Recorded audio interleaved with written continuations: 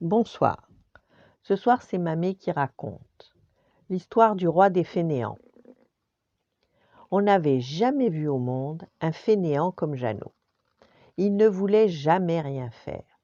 Il se prélassait dans son lit tout le jour, se promenait en forêt, mangeait quelques baies et était heureux ainsi. Ses parents, désespérés, pour lui apprendre la vie, l'installèrent dans la grange et lui donnèrent une chèvre pour qu'au moins il ait du lait. Mais il était si fainéant qu'il ne voulait pas mener sa chèvre au pré.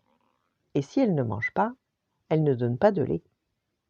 Il décida donc de vanter son mode de vie auprès d'une pauvre fille qui traînait comme lui au village, se disant qu'elle mènerait sa chèvre à la pâture.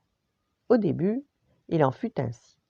Sa copine s'occupait de la chèvre et Jeannot restait sous sa couette jusqu'à midi. Mais sa compagne n'était pas plus travailleuse que lui.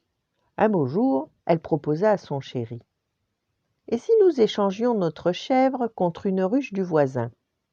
Les abeilles trouvent leur nourriture toutes seules, et elles nous feront du bon miel. » Ainsi fut fait, mais bien sûr, ce fut elle qui dut récolter le miel.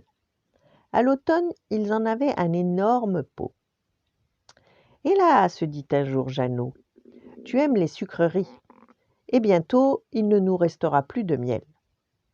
Tant que nous en avons encore, échangeons-le contre une oie et ses oisons. » « D'accord, dit-elle, mais qui surveillera l'oie ? » « Ben, si tu veux, je peux même te faire un enfant. En grandissant, il pourra surveiller l'oie. » D'étonnement, la pauvre fille en fit tomber le pot de miel qui se brisa en 1000 morceaux. « Voilà notre oie et nos oisons qui sont morts. Bon, comme ça, on n'a pas besoin de quelqu'un pour les garder. » Et Jeannot retourna au lit parce qu'il n'avait plus de soucis.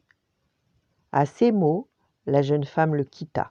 « Tu es vraiment le roi des fainéants. » Voilà, bonne nuit, faites de beaux rêves et à demain.